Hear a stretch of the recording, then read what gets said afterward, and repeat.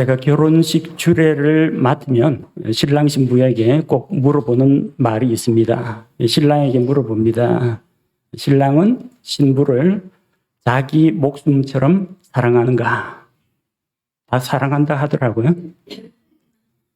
신부에게 물어봅니다. 신랑을 사랑하며 그의 말에 순종하겠는가?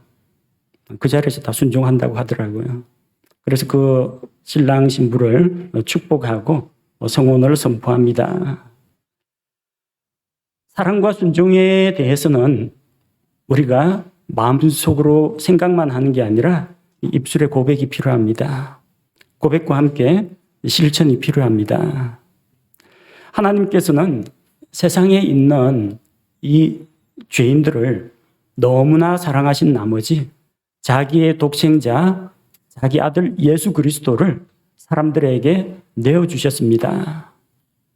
그리고 우리에게는 하나님을 사랑하고 그분의 말씀에 순종할 것을 원하십니다.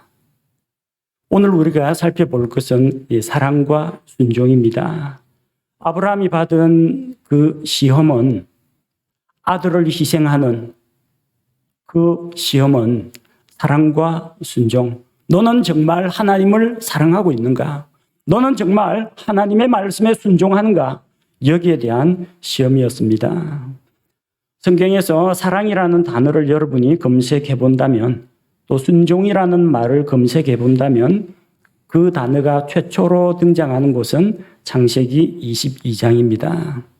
창세기 22장 2절 말씀에 그분께서 이르시되 이제 내 아들 곧 내가 사랑하는 내 유일한 아들 이삭을 데리고 모리아 땅으로 가서 거기서 내가 내게 일러줄 산들 중에 하나에서 그를 번제 헌물로 드리라 하시니라. 사랑이란 단어가 처음 나옵니다. 아브라함은 자기 아들 이삭을 사랑했습니다. 하나님은 알고 싶었습니다.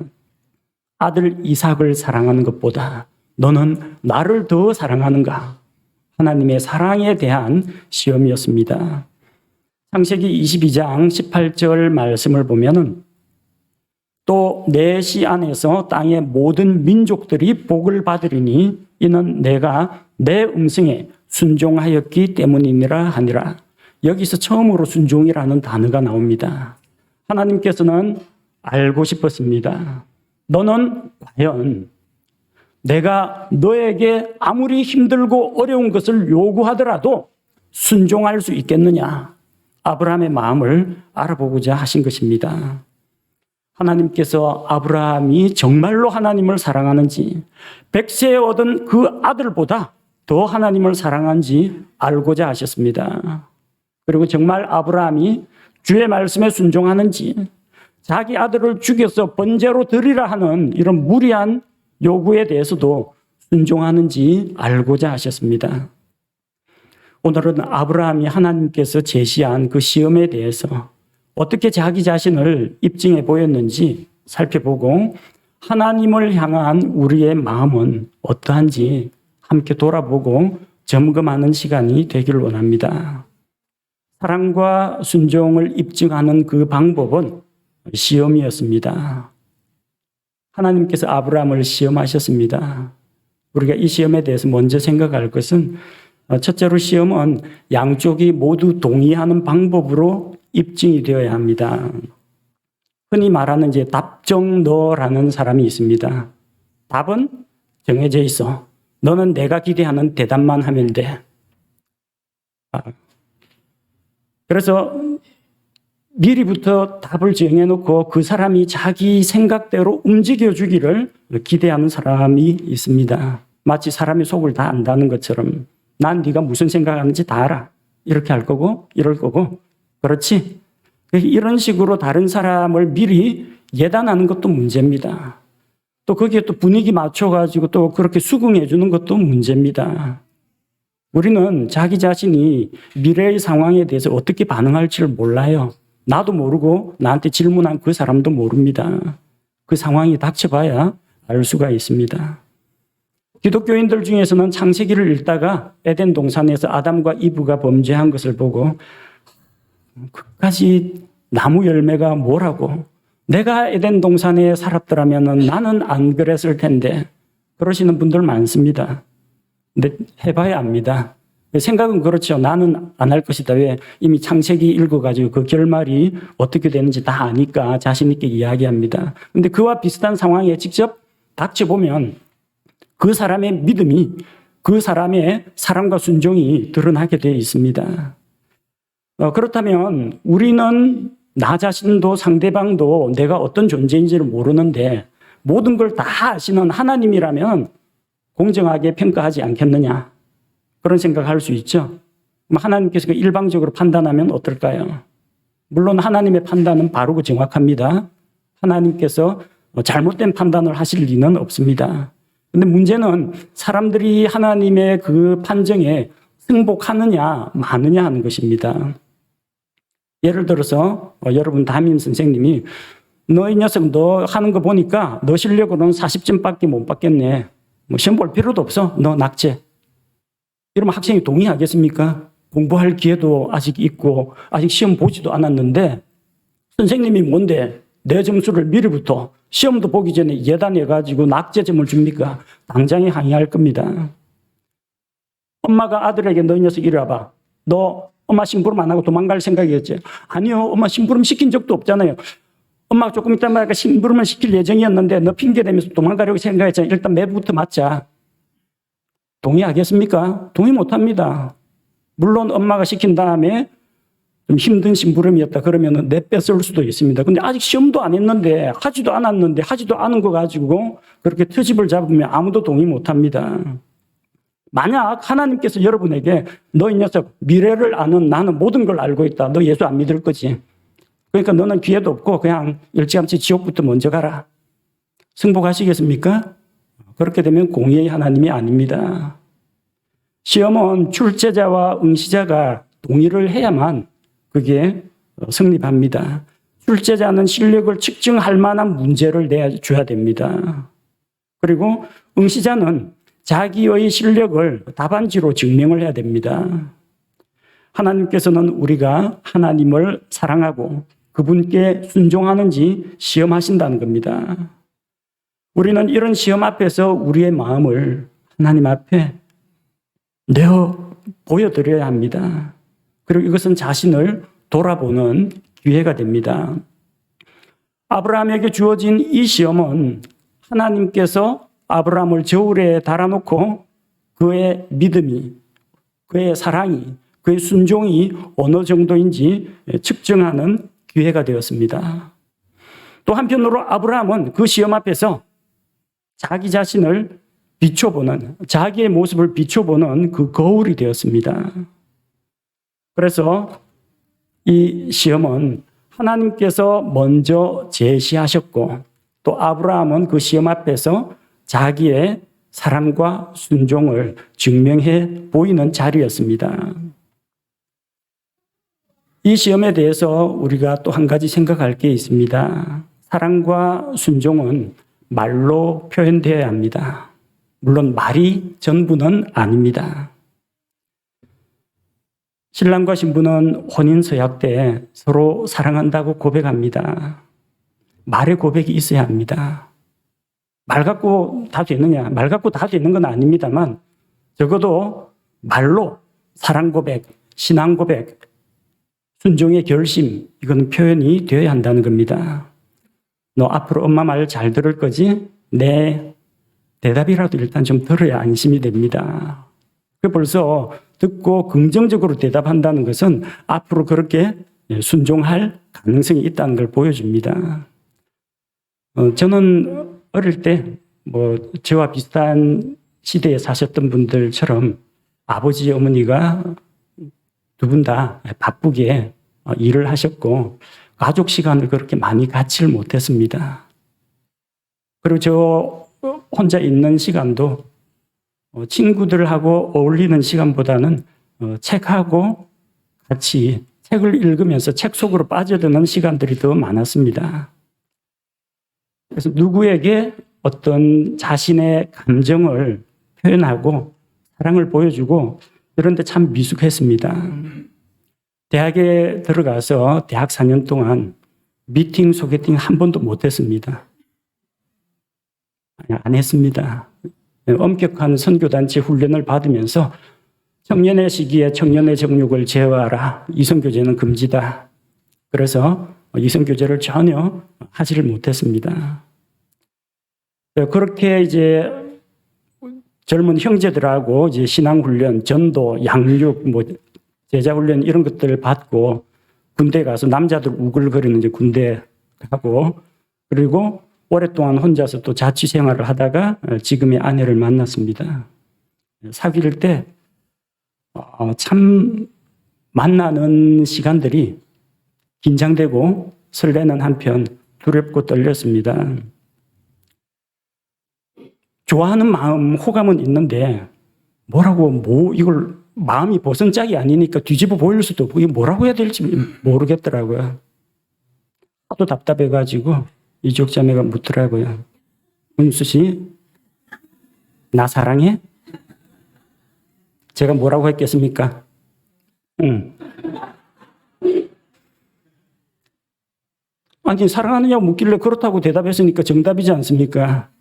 근데 그 정답을 요구한 게 아니어서 다른 사람 같았으면 그럼 당신을 얼마나 아끼고 좋아하고 사랑하는데 밤새도록 당신을 생각하고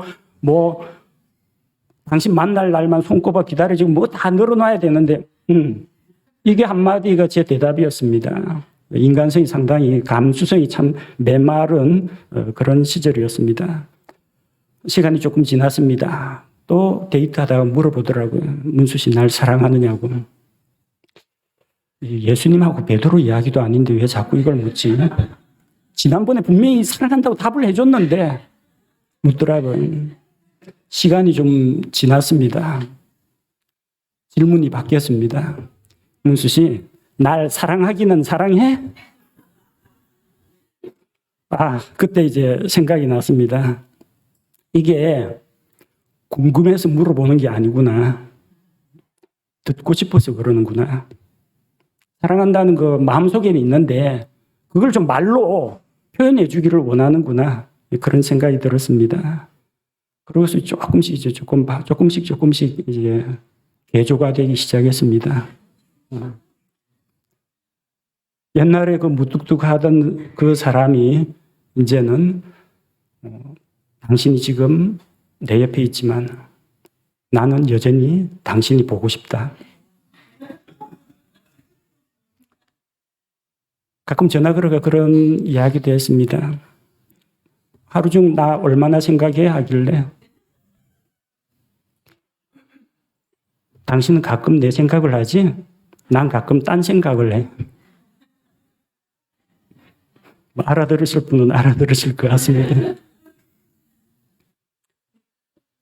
당신 마음속에 있는 나는 잘 있지?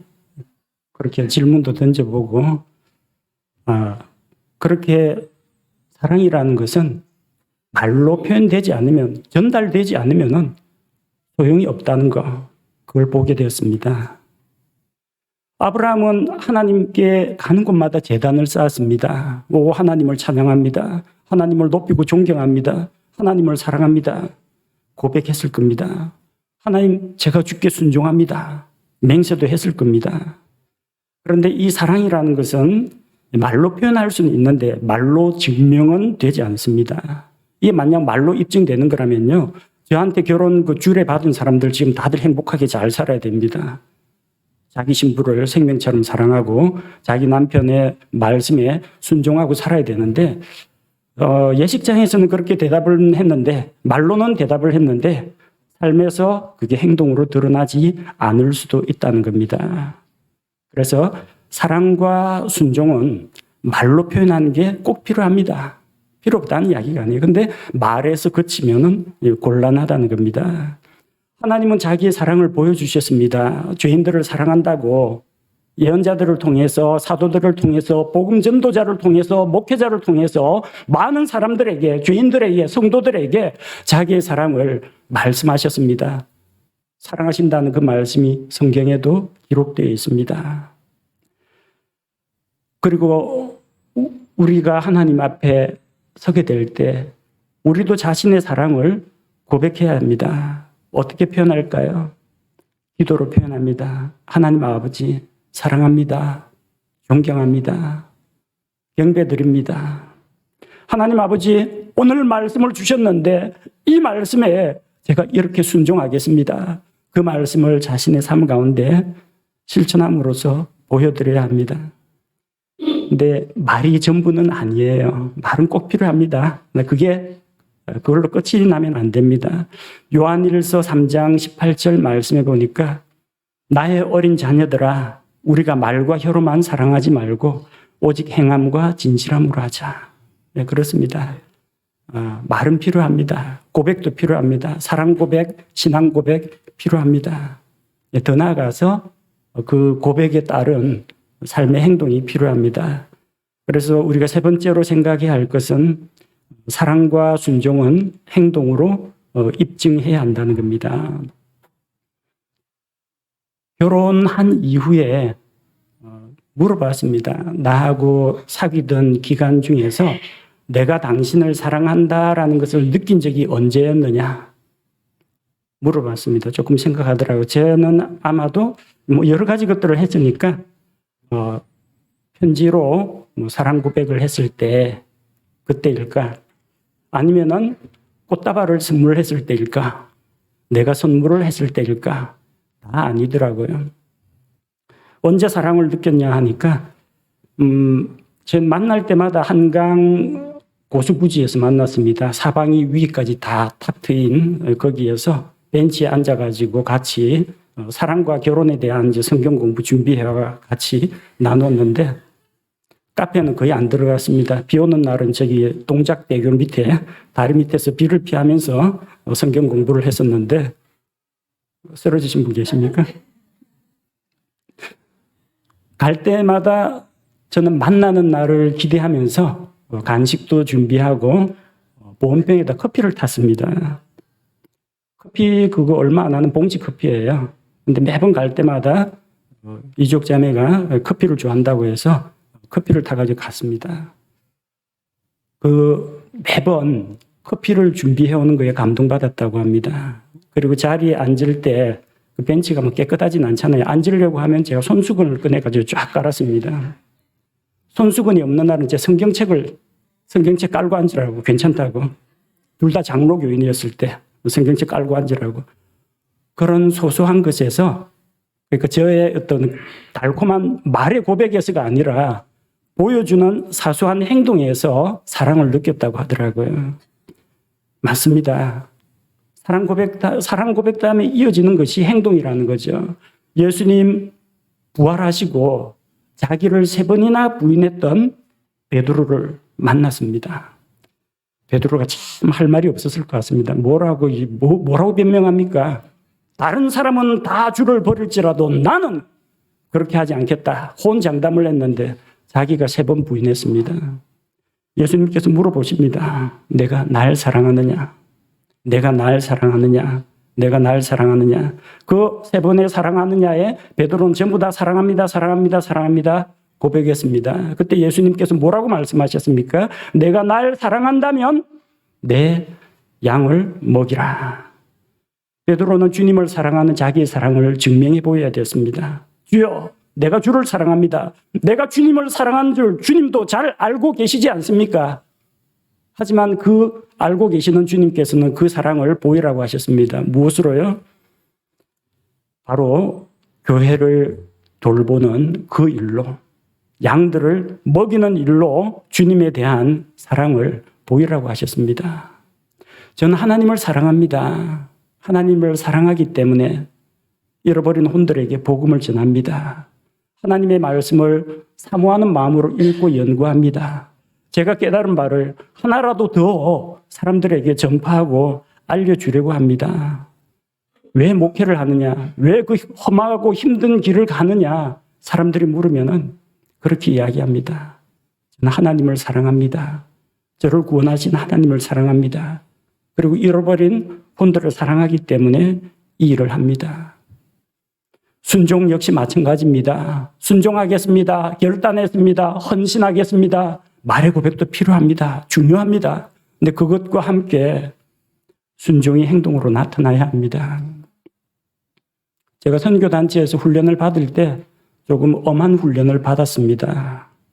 내비게이터 선교회 하면은 뭐 성경 암송, 전도, 양육, 그리고 인격 훈련 이런 것들을 받는데 리더하고는 일주일에 2번씩 교제를 합니다. 만나서 개인 교제, 말씀 나눔도 하고 리더로부터 뭔가 성경 말씀에 대해서 배우기도 하고 이제 같이 전도도 합니다. 근데 어느 날은 와가지고 리더하고 학교 식당에서 만나가지고 앉으려고 하는데 리더가 느닷없이 제 뺨을 팍 때리더라고요. 깜짝 놀랐습니다. 리더가 이야기하더라고요. 아프냐? 저보다 2살 위입니다.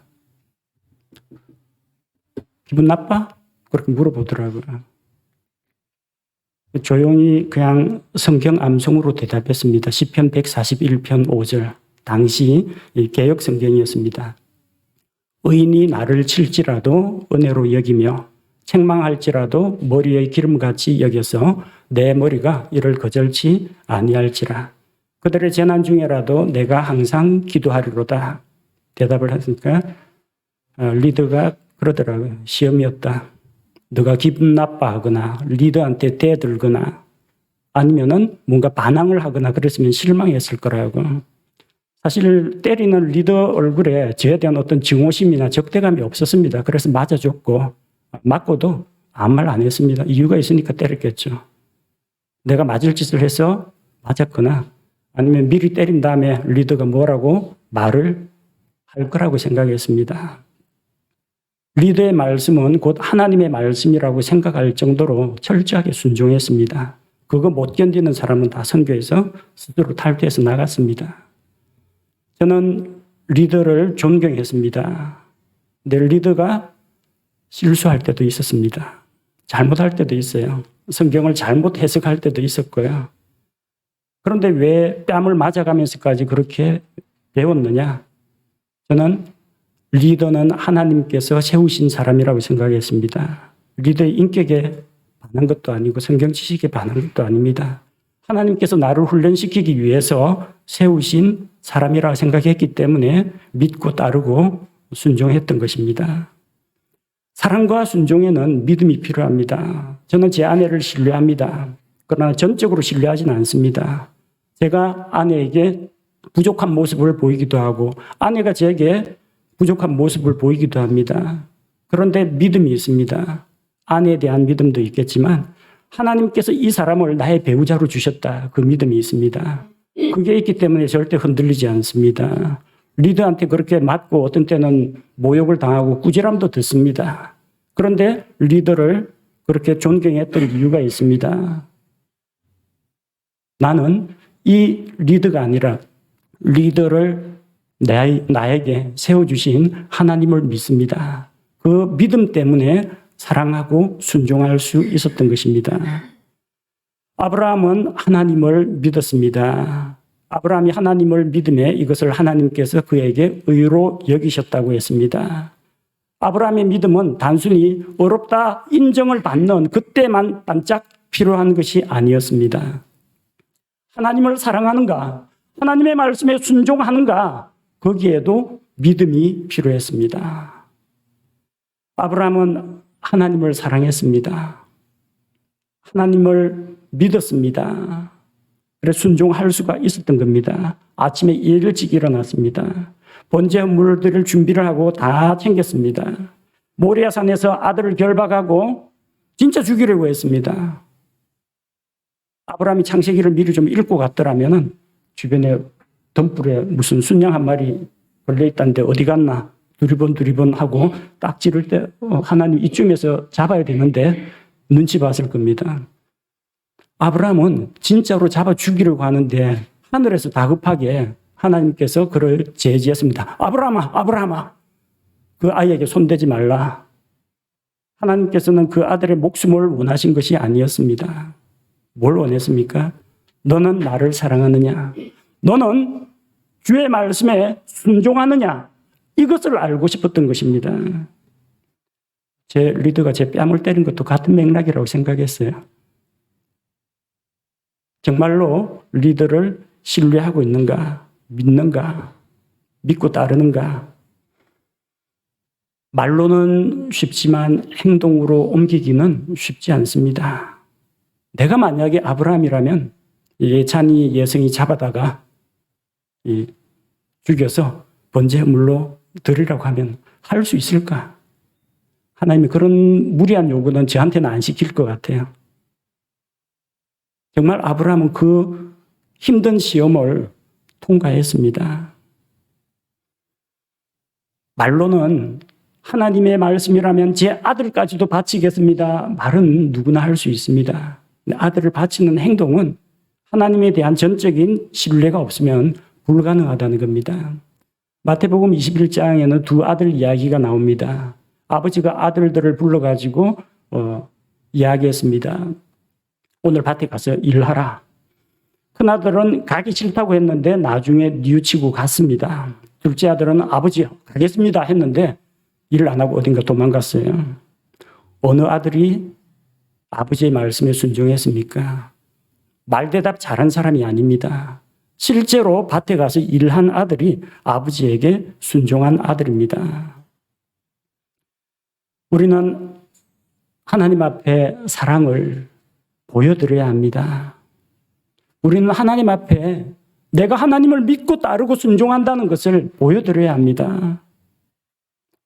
왜냐하면 하나님께서 우리에게 먼저 보여주셨기 때문입니다. 하나님께서 내가 너희를 사랑하노라 사랑하노라 사랑하노라 말씀만 하신 게 아니죠. 갈보리 십자가에서 하나님께서는 자신의 사랑을 보여주셨습니다. 요한일서 4장 9절 말씀해 보니까 하나님께서 자신의 독생자를 세상에 보내사 우리가 그분을 통해 살게 하셨은즉 이것 안에서 하나님의 사랑이 우리를 향해 나타났느니라. 예수 그리스도의 십자가의 그 죽음이 바로 우리를 향하신 하나님의 사랑 표현이었습니다. 여러분, 하나님을 사랑하십니까?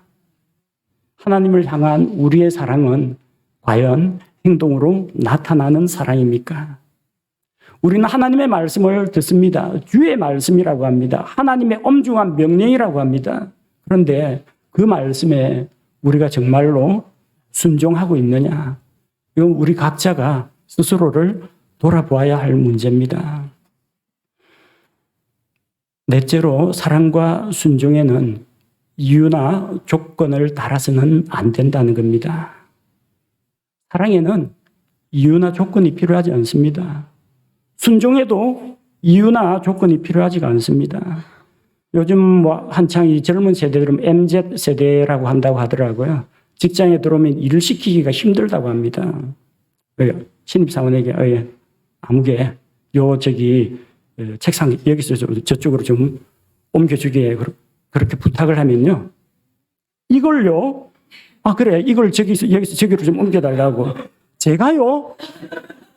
왜 나보고 시키냐고. 그래. 자네가 좀 해주면 좋겠는데. 왜요? 세 가지예요. 이걸요? 제가요? 왜요? 자기 맡은 일을 아니면 안 하려고 합니다. 직장 상사가 이야기하는데. 옛날하고 많이 달라졌어요. 권위가 무너지고 질서가 무너지고 있다는 이야기입니다. 정말 직장 상사의 말에 순종한다면 이유도 할 필요 없습니다. 하라고 하면 됩니다. 군대에서 제일 속편하게 사는 방법이 시키면 시키는 대로 하면 됩니다. 때리면 맞고 주면 먹는다.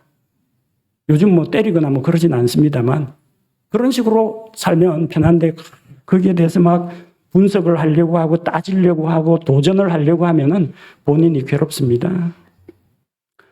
사랑에는 이유나 조건이 없습니다.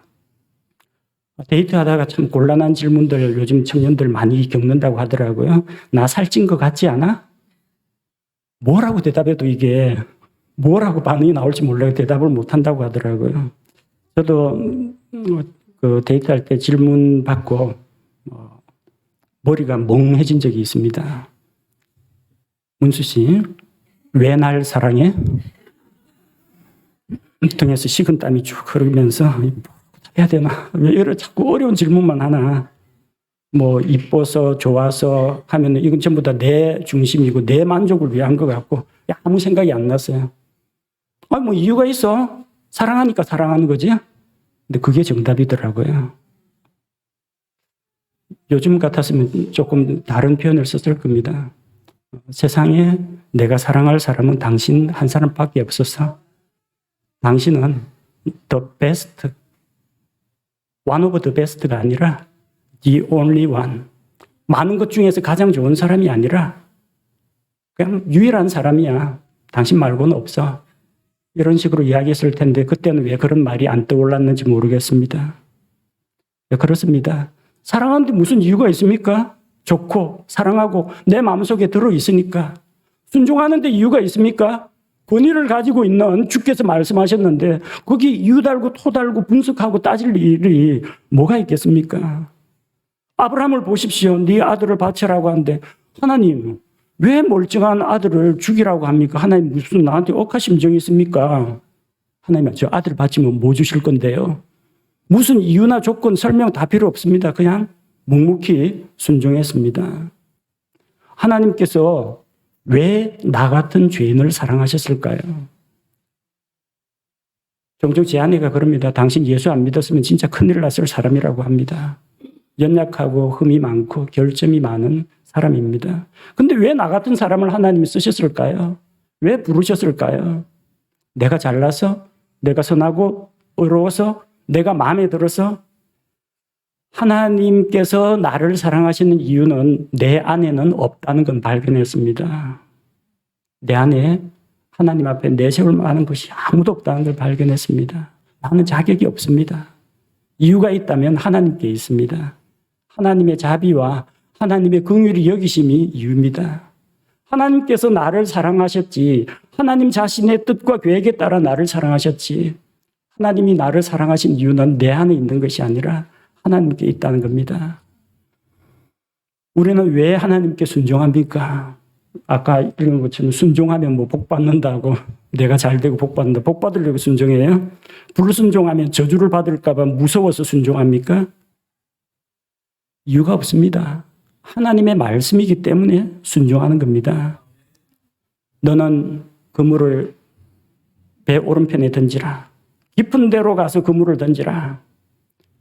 예수님 제가 여기서 어부 생활한 지가 지금 수십 년이 넘었고요. 예수님 낚시 안 해보셨죠? 저는 그물 낚시 다 해봤습니다. 베드로가 따지면요. 하나님의 기적은 나타나지 않습니다. 주여 우리가 밤이 맞도록 수고하였으되 잡은 것이 없지만은 말씀에 의지하여 내가 그물을 내리리이다. 주의 말씀이기 때문에 순종했습니다. 이유가 없습니다. 왜 하나님을 사랑합니까? 왜 하나님께 순종합니까? 하나님은 높고 위대하시기 때문입니다. 우리의 찬양과 우리의 순종을 받으시기에 합당하시기 때문입니다. 조건이 없습니다. 하나님의 복 주면 사랑하고 순종하고 복 안 주면은 불순종할 겁니까? 하나님께서 아무런 조건 없이 이유 없이 우리를 사랑하셨기에 우리도 아무런 이유 조건 없더라도 하나님께 예배합니다. 하나님 찬양합니다. 하나님 사랑합니다. 하나님께 순종합니다. 다섯 번째로 사랑과 순종에는 희생이 필요하다는 겁니다. 내 마음속에 있는 사랑하는 마음하고 내 마음속에 있는 순종한 마음이 가득하다고 해도 그것을 말로 고백하는 건 쉽겠지만 행동으로 실천하는 데는 대가를 지불하는 것이 필요합니다. 야곱은 라헬을 사랑했습니다.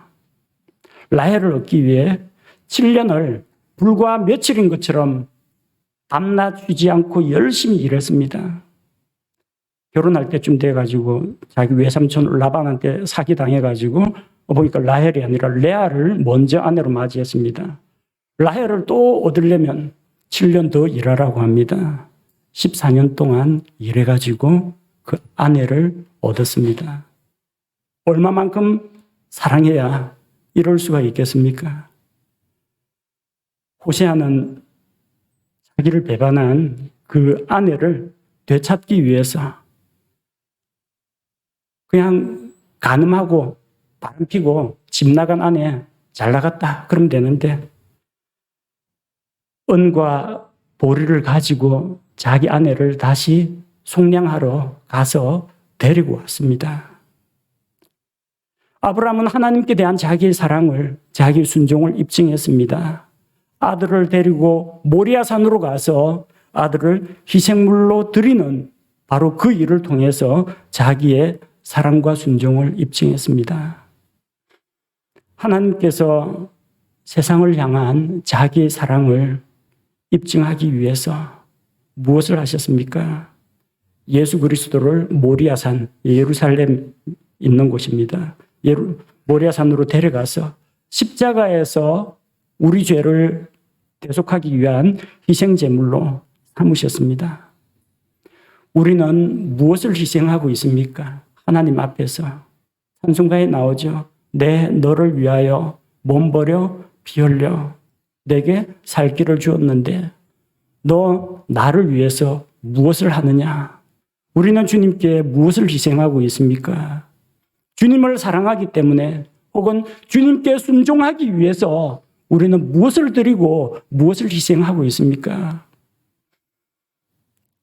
아브라함이 100세의 아들을 얻게 되자 온갖 관심이 아들 이삭에게로 쏠렸을 겁니다. 하나님께서는 아브라함의 마음속을 알고 계십니다. 미래를 아시는 하나님은 아브라함이 어떤 결정을 내릴지도 알고 계십니다. 그러나 하나님께서는 정말 아브라함이 하나님을 사랑하는지 주의 말씀에 순종하는지 입증해 보이기를 원했습니다. 자기 스스로의 그 아브라함 자신의 결단과 모습을 통해서 보이기를 원했습니다.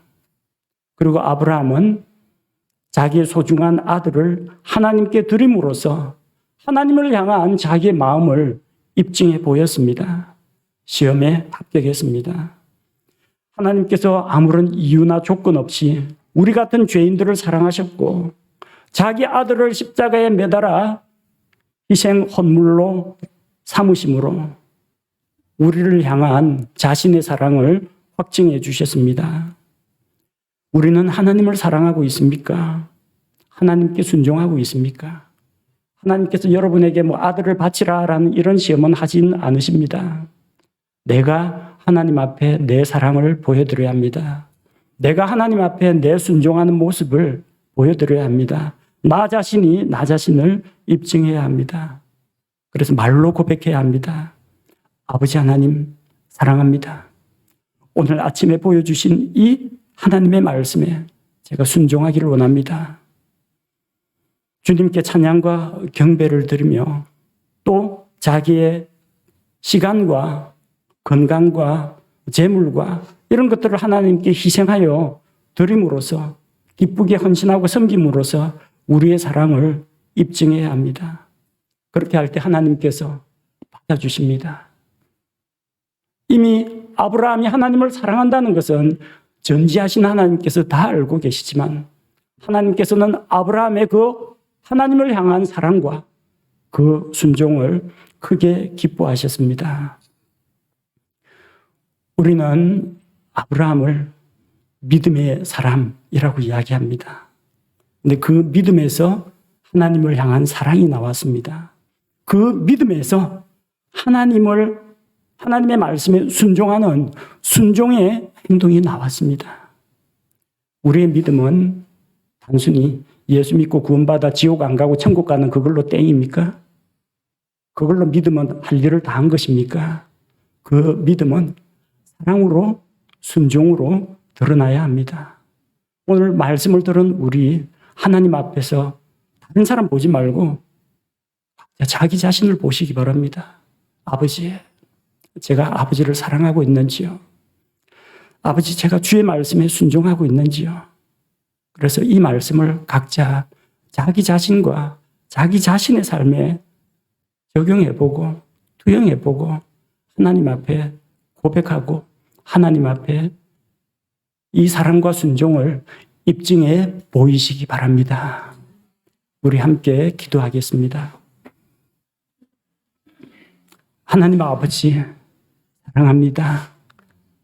아무 이유 없이 조건 없이 이 죄인들을 사랑하사 말로만 사랑하지 않으시고 십자가에서 자기 아들을 죽게 하심으로 가장 소중한 것을 희생시킴으로써 우리를 향한 사랑을 보여주셨습니다. 우리 입술의 고백이, 우리의 찬양이 하나님을 높이고 하나님 영광 돌리며 하나님을 향한 우리의 사랑을 고백하게 하옵소서. 날마다 성경 말씀을 읽을 때, 설교를 들을 때 나에게 주시는 하나님의 말씀이라고 생각되는 것을 붙잡아서 주님, 이 말씀에 순종하겠습니다. 그렇게 결단하는 성도가 되기를 원합니다. 말로만이 아니라 행함으로 보여드리길 원하오니 주님, 주님을 향한 우리의 사랑을 무엇으로 보여드리면 좋겠습니까? 주님을 향한 우리의 헌신과 순종을 무엇으로 나타내 보이기를 원하십니까? 주님, 깨달아 알게 하여 주옵소서. 까닭 없이, 이유 없이, 조건 없이 우리를 사랑하신 아버지 앞에서 이유 달지 않고 조건 달지 않고 사랑하고 순종하며 섬기며 따르기를 원합니다. 그를 위하여 어떠한 희생을 치르더라도 하나님 앞에 이 사랑과 순종을 입증해 보이기 원합니다. 우리 자신을 돌아보고 점검하며 하나님을 향한 이 사랑과 하나님께 드리는 이 순종을 즐거이 바치기 원하오니 주여 우리를 받아 주시옵소서. 우리를 사랑하사 자기 자신을 희생하신 우리 주 예수 그리스도의 이름으로 기도합니다. 아멘.